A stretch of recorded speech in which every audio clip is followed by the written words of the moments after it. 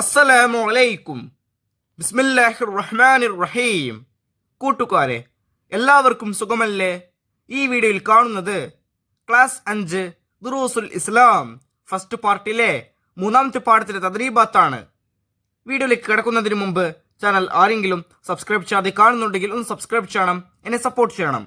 ഈ വീഡിയോ കൂട്ടുകാർക്ക് ഇഷ്ടമായാൽ ലൈക്ക് ചെയ്യണം, നിങ്ങളുടെ ഫ്രണ്ട്സിന് ഷെയർ ചെയ്യണം. തദ്രീബാത്തലം നോക്കുന്നതിന് മുമ്പ് ഈ പാഠത്തിൽ കൊടുത്തിരിക്കുന്ന കാര്യം നമുക്കൊന്ന് വായിച്ച് മനസ്സിലാക്കാം. അദ്ദർസു സാലിസ്, മൂന്നാമത്തെ പാഠം, ദൗലത്തുർ റസൂൽ സല്ലല്ലാഹു അലൈഹി വസല്ലം.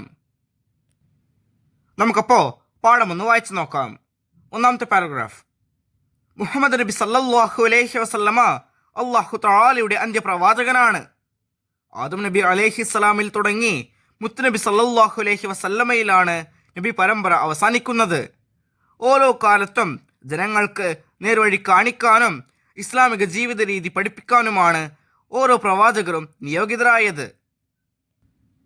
6-ാം നൂറ്റാണ്ടിലാണ് അന്ത്യപ്രവാചകൻ മുഹമ്മദ് നബി സല്ലല്ലാഹു അലൈഹി വസല്ലമ ആഗതനായത്. അന്ന് ലോകം മുഴുവൻ അന്ധകാരത്തിലായിരുന്നു. അജ്ഞതയും അനാചാരങ്ങളും അക്രമവും ലോകം മുഴുവൻ നടമാടിയിരുന്നു.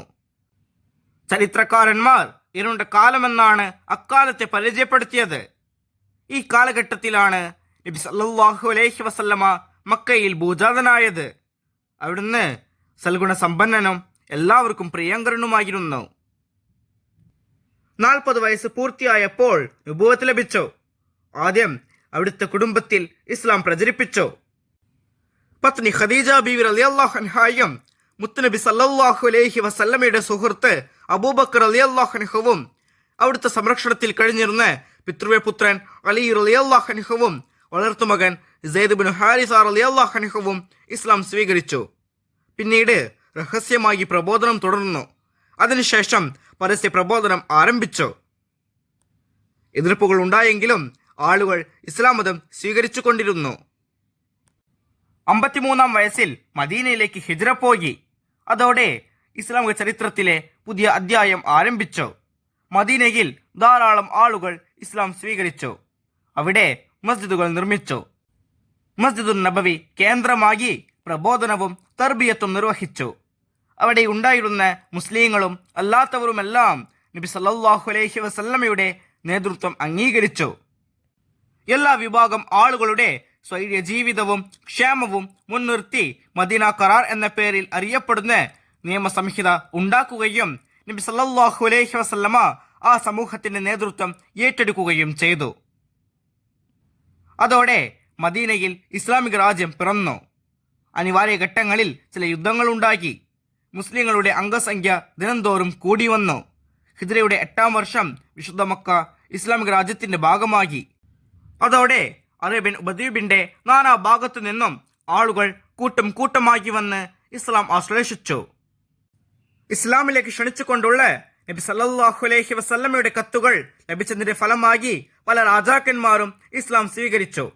മദീന കേന്ദ്രമായി നബി സല്ലല്ലാഹു അലൈഹി വസല്ലമ സ്ഥാപിച്ച ഇസ്ലാമിക രാജ്യം നീതിയിലും ധർമ്മത്തിലും മാനവികതയിലും അധിഷ്ഠിതമായിരുന്നു.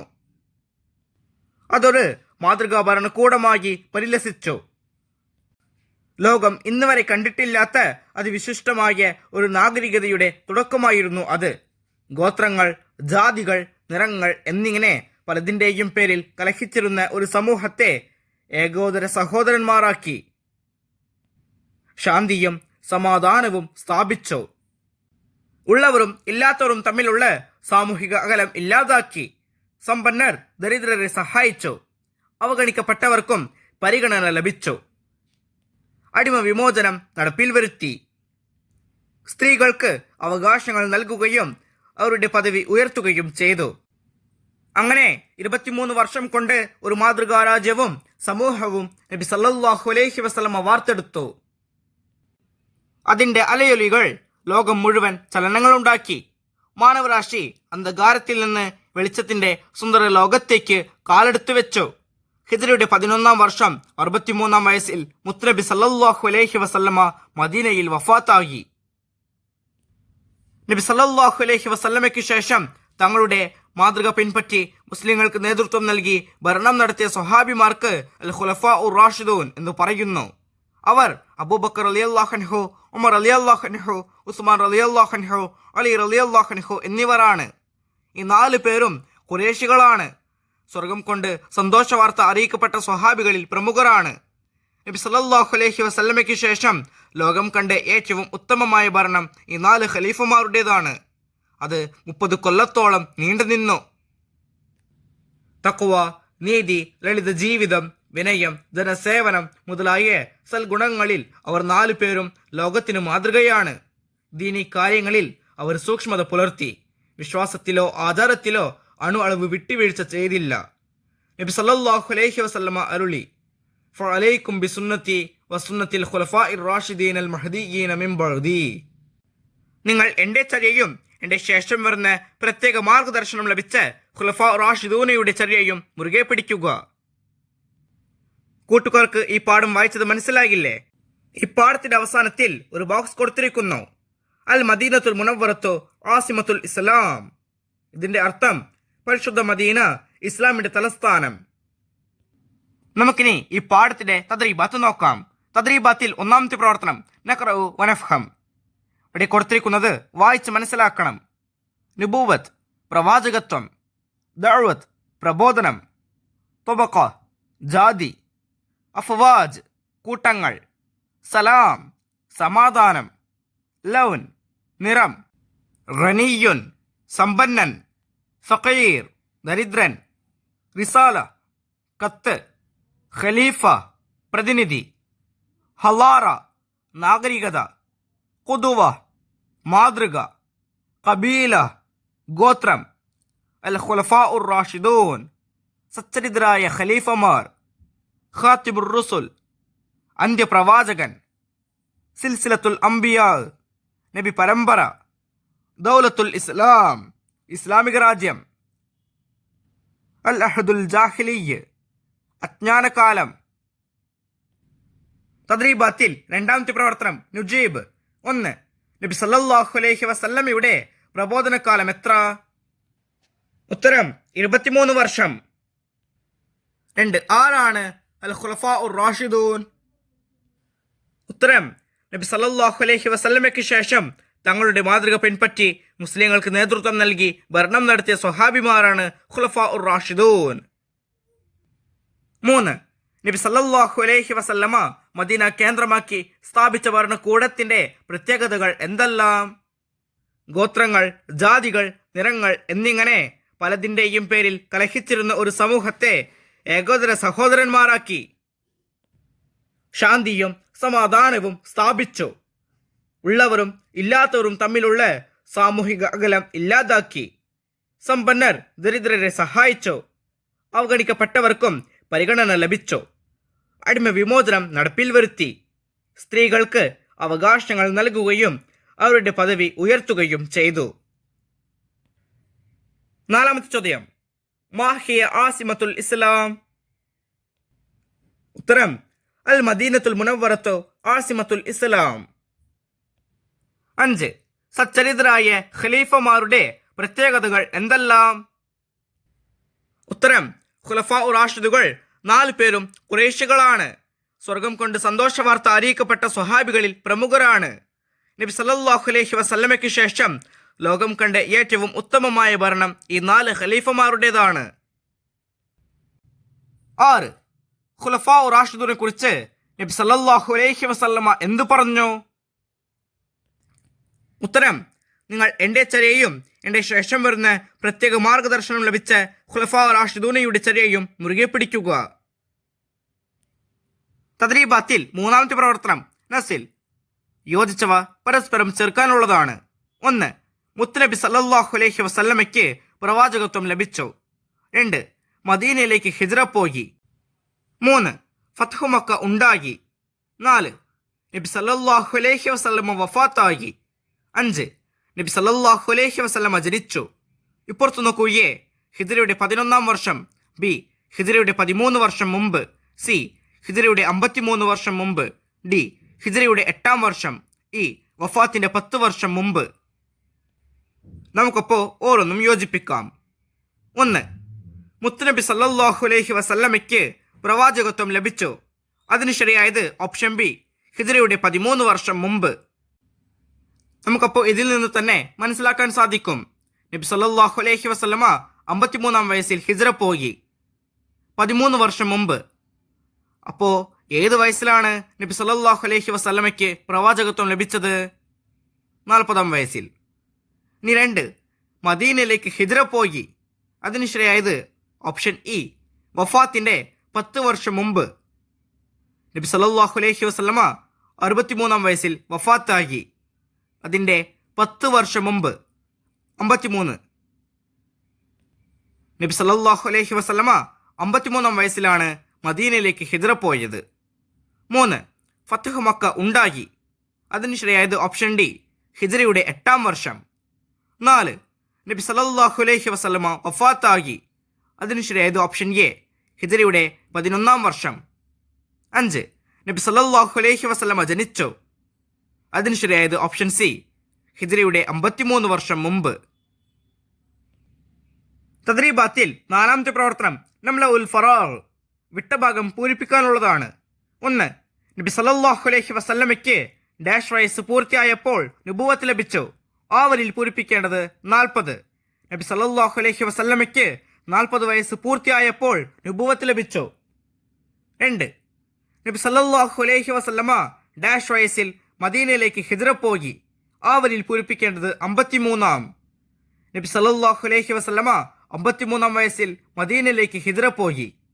3, പരിശുദ്ധ മക്ക ഡാഷ് വർഷത്തിൽ ഇസ്ലാമിക ഭരണകൂടത്തിന്റെ ഭാഗമാക്കി. ആ വരിയിൽ പൂരിപ്പിക്കേണ്ടത് ഹിജ്റ 8-ാം. പരിശുദ്ധ മക്ക ഹിജ്റ 8-ാം വർഷത്തിൽ ഇസ്ലാമിക ഭരണകൂടത്തിന്റെ ഭാഗമാക്കി. 4, നബി സല്ലല്ലാഹു അലൈഹി വസല്ലമയുടെ ഡാഷ് കാരണം ചില രാജാക്കന്മാർ ഇസ്ലാം മതം സ്വീകരിച്ചു. ആ വരിയിൽ പൂരിപ്പിക്കേണ്ടത് കത്തുകൾ ലഭിച്ചത്. നബി സല്ലല്ലാഹു അലൈഹി വസല്ലമയുടെ കത്തുകൾ ലഭിച്ചത് കാരണം ചില രാജാക്കന്മാർ ഇസ്ലാം മതം സ്വീകരിച്ചു. 5, 1-ാം ഖലീഫ ഡാഷ് ആണ്. ആ വരിയിൽ പൂരിപ്പിക്കേണ്ടത് അബൂബക്കർ സിദ്ദീഖ് റളിയല്ലാഹു അൻഹു. 1-ാം ഖലീഫ അബൂബക്കർ സിദ്ദീഖ് റളിയല്ലാഹു അൻഹു ആണ്. തദ്രീബാത്തിൽ 5-ാമത്തെ പ്രവർത്തനം നഉദ് ഫിഖ്റ, ഖണ്ഡിക തയ്യാറാക്കാനുള്ളതാണ്. ഖുലഫാ റാഷിദുനെ കുറിച്ച് ഒരു കുറിപ്പ് തയ്യാറാക്കി ക്ലാസ്സിൽ അവതരിപ്പിക്കുക. അപ്പോൾ നോക്കൂ, നബി സല്ലല്ലാഹു അലൈഹി വസല്ലമയ്ക്ക് ശേഷം തങ്ങളുടെ മാതൃക പിൻപറ്റി മുസ്ലിങ്ങൾക്ക് നേതൃത്വം നൽകി ഭരണം നടത്തിയ സ്വഹാബിമാർക്ക് ഖുലഫാ റാഷിദൂൻ എന്ന് പറയുന്നു.